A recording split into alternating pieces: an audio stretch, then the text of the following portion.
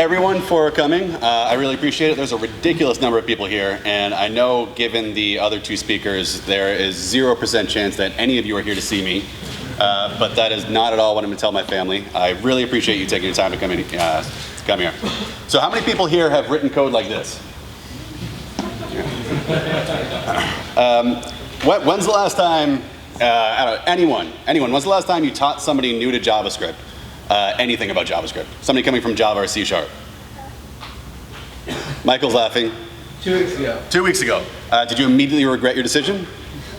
So they ask you, they ask you something like, how do you create a class or an instantiable object? You tell them you write a function, you capitalize it, because you have to capitalize it, and then you add functions to a property on the prototype property of the function, and then they ask you about inheritance, and then you just tell them that you assign something to prototype, but not like that, because if you do that and then you add something to the prototype, then you're going to override things on the prototype parent thing, and then you just start crying.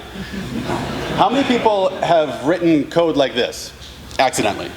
How many people are not exactly sure immediately what's wrong with this?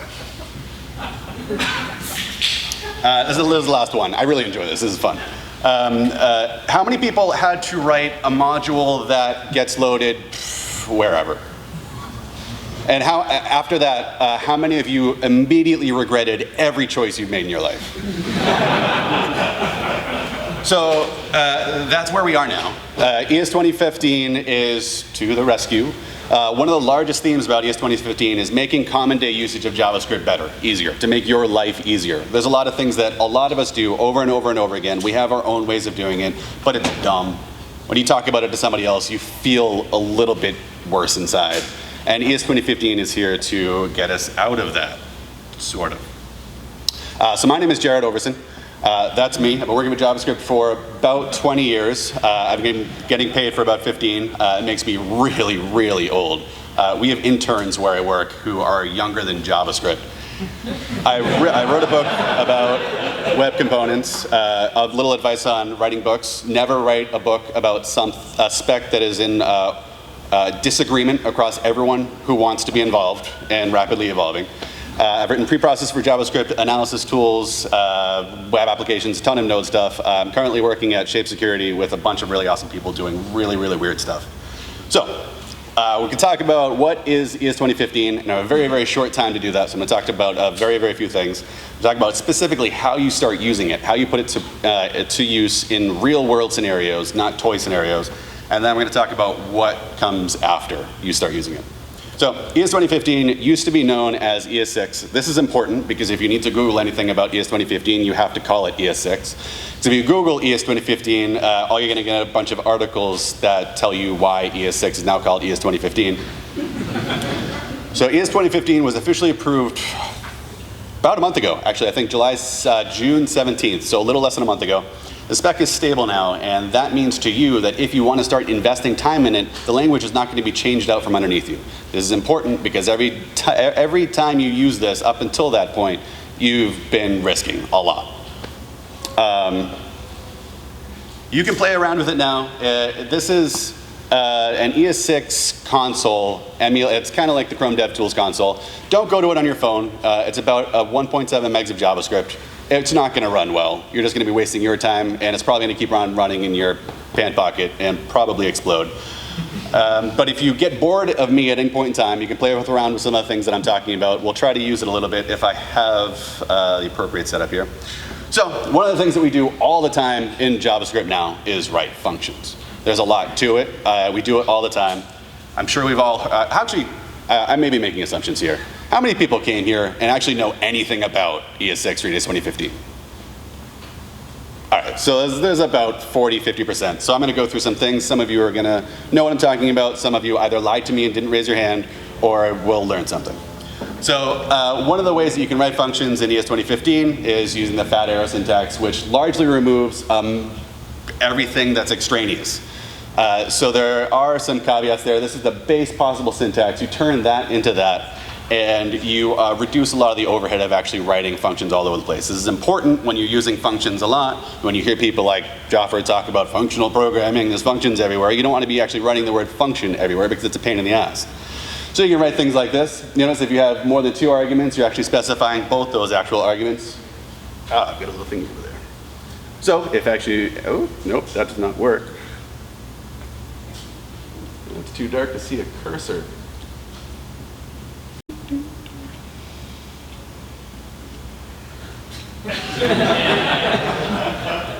I found the cursor over here. All right. You can see this running, doing fun stuff. You can edit things. Does anyone have any quirks that they want to test to see, make sure I'm telling you the truth and this isn't actually a fancy new way of doing things? If you do have more than one statement in here, you do need to explicitly return in order to get something to happen. But it allows you to do a lot more with a lot less. So actually, the next slide, before I show it to you, it's going to look a little bit complicated. You might not even see part of it because it's very dark. But when you focus on the update function, where it is being called and where it is actually pointing to. So yeah, you can barely see up there. The point here is that the fat arrow functions can seamlessly access the this and arguments from the scope above it. So this means you don't have to bind everything willy-nilly anymore.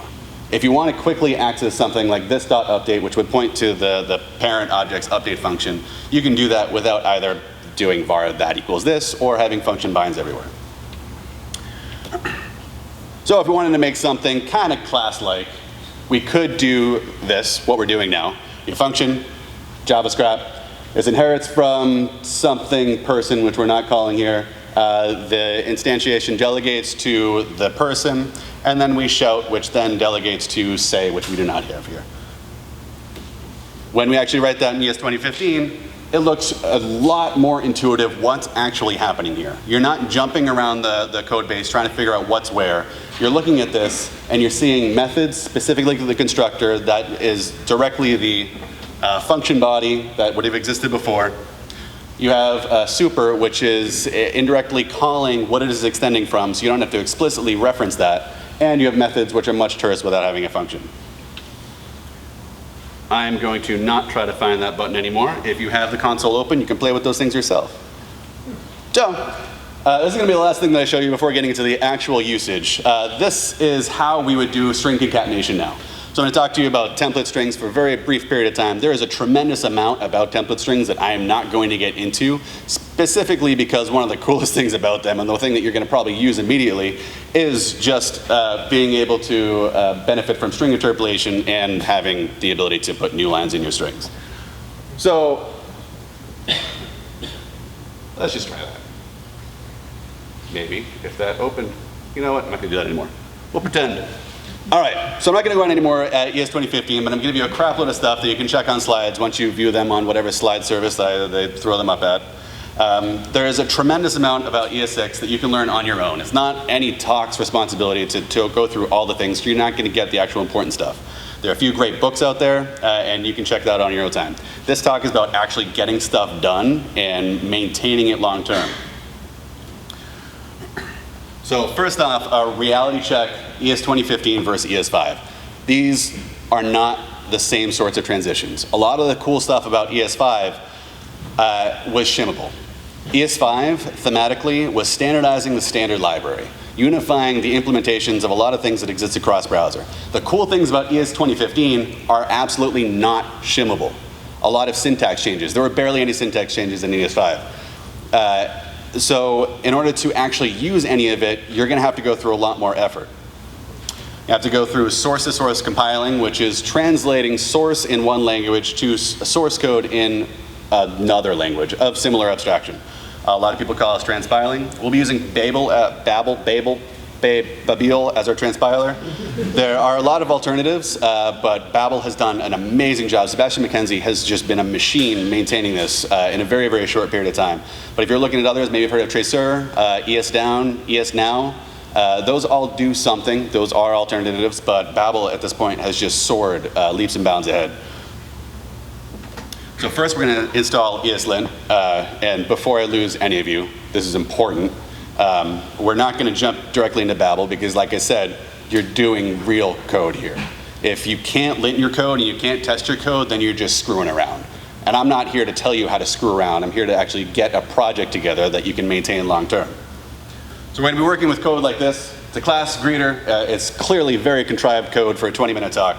We've got a constructor with two arguments being passed in with defaults. We assign them to properties. We've got a getGreeting method, which then returns a string with basically those concatenated together with space in between, and then we're exporting that default greeter.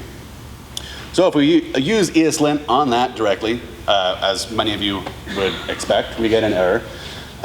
When you Google around a little bit, you realize that you could probably configure something on ESLint RC. So you use ESLint's init option, which allows you to go through a bunch of questions. You can figure out what things you do want, what things you do want. One of the clear and obvious features is, are you using ECMAScript 6 features? So you select yes, and then you rerun your code, and it still doesn't work. So this is where we start seeing some red flags on actually using these things in production. So you start Googling this, ESLint illegal export declaration, and you see that there are 16 results. This starts getting frustrating, but then you go to talks like this and you actually figure out what to do, and you can do it. So in order to use some of the features in ESLint, you need to turn on the features in the parser, Esprit, which is the fork of Esprima. In this case, we're just going to turn on modules. You can see the other language options in ESLint, turn on the things that are appropriate for you. But now we can actually lint our code in ESLint without any output is a good sign. How many people lint their code? Everybody? Just put your hands up if you don't. Just, oh, come on. That was awful. Gulp, things like that. Those are awesome. They do a lot of really awesome things in some crazy ways. They're great when you have a large build system that you understand and can reason about, but when you're just starting, sometimes it's easier to have something a little bit more basic. How many people are aware that package.json can define a whole slew of scripts, not just your test? There's like 5% of the people. So you can actually have a pretty reasonable task runner in short order with package.json, which you already have to have. You might not have to have a grunt file, a make file, gulp file, jake file, or whatever the hell else. You have to have a package.json because, well, you don't have to, but you probably are going to. So in this case, you set that up. Notice how you don't have the node modules bin. It automatically adds that to your path. You can just put your command there, run npm run lint, and you have your linter. So now we'll install Mocha because we test our code, right? Everybody? If you're here with a coworker, you're all saying yes without actually believing it. So this is what we could write for our test. We import assert from the node standard library. We import greeter from our source. For people who haven't used Mocha, it's a behavior-driven development test runner. You have a describe block, which describes the suite of things you're testing. You have it blocks, which test actual things. Before, we're instantiating every new greeter. And then the first test is that we should instantiate with default. So if we have that new greeter, we're expecting the properties to be hello world. And the second test is that we should provide a greeting. So when we do use the method getGreeting, we get hello world back. So I'm assuming most of you are going to expect this. We run Mocha. We can't actually run any of our code. Now we actually have to start installing Babel. So if you do this right now, you are going to kill the Wi-Fi for everyone else. So why don't you wait until you get home. It's pretty well understood how to run Mocha with a lot of different compile-y type things. CoffeeScript is one of them. So this was relatively easy to get in. You just require the register JavaScript file in the Babel package, and that specifies to Node to run things through Babel before running it. Now we can run our test. So we add those to our package.json. We have our unit script so that we can run our test separately. We have our test now, which is a first class script, which you don't need to run with run, which then lints and then tests our code. So people who do test, which is already a ridiculous subset of you, how many people actually use code coverage? That is literally 6 people in the audience. So it's not too unreasonable that it would be such a low number because it is kind of a pain in the ass in JavaScript as is. So when you start adding all these tools together, then you get further away from reality. Istanbul is a very, very good tool. I believe is at a Yahoo production, but it's very good. And this is where things start getting a little weird when we start exploring worlds outside of normal, everyday JavaScript. So we have to string 3 tools together in order to get anything done. So Babel parses ES2015, emits ES5, or probably ES something that runs. Istanbul then parses ES5, instruments it, outputs the same thing, so it wraps every expression, statement, whatever else in something that is then reported back to Istanbul to tell you how many parts of your code actually run. So when you run that with a test framework, you get a very accurate indication of what parts of your code are actually running. So it works with this setup that we've got going right now, but we're pushing the edge of what's actually enjoyable to work with. So here, it's pretty straightforward. So we do Istanbul cover. We're then delegating to underscore Mocha, which I don't actually exactly know why, but handles process communication slightly different than no underscore Mocha. And then we require, with the dash dash, then passes the rest of the options back over to Mocha, and that allows us to actually test cover our ES2015 tests. Add this to our package JSON, and we can easily run npm run coverage and figure out how much of our code is running. So here, at the end, you'll see that we have, with the test that we had 100% statements covered, 77-ish% of the branches. Notice the ignores right there. This is something I will go to. Oh, I've got a different browser on this side. All right. These are the reports that Istanbul spits out. You'll see the same stuff that we got reported right there. We dive deep. This is a report. This is a report of the code and the coverage. So this looks similar to what we wrote, right? There's some of the same words. So the comments up there, Istanbul ignore next. That's something that Babel produces as code, as comments to Istanbul, telling it to ignore the next statement. So we don't have to worry about covering those because we're not covering those. We're not writing tests for those. That's Babel's code that it's writing. So just notice that the yellow marks right down there, the arguments blah, blah, blah equals undefined or argument 0. That's telling us that we didn't cover the case where our default arguments, where we passed something other than the default arguments. So it's not exactly intuitive what parts aren't being covered when we look at this, but at least it's some information. When we're writing large swaths of ES2015, we have to make sure that we have the tools that will support us once we get to a barely manageable state. And those things are linters, at least unit tests. Coverage, if you're not using it, is extremely beneficial. If you're writing real ES5 code, it's a lot easier than this. And there's a tremendous amount of value to it. So, you can easily build our distributable. This is going to be the least exciting part on an ES2015 talk. We've already installed Babel. All we do is run Babel and build. We can also run watch there. Oh, I also didn't mention before, for people concerned about the dryness of package.json, you can reference elements of package.json via a method like that. So using npm package, then underscore the tree that it gets to. So here where the watch is the build, and then with the addition of a watch option. So, got a minute 40 left. I'm going to talk to you about what's next, and I'm mostly just going to be disappointing and weird. So ES2015 is awesome. It is great to write. It is beautiful. You're going to write code that looks more intuitive. It feels better. Compatibility is abysmal now. You're going to have to transpile for the indefinite future. So we all know about the IE problem. We've been dealing with it for 20 years. Can anyone want to shout out a number? What do you think the compatibility looks like for the future of ES2015? When do you think you're going to be able to write ES2015 and have that run in all the browsers that your company cares for? So, you guys thought I was going to be disappointing. Anyone? 2 years. 2 years. That is bold. So that we're not only thinking about Internet Explorer, we're also thinking about iOS, we're thinking about Android, we're thinking about Safari, we're thinking about a lot of weird things that we're not worried about, but we're going to have to start worrying about.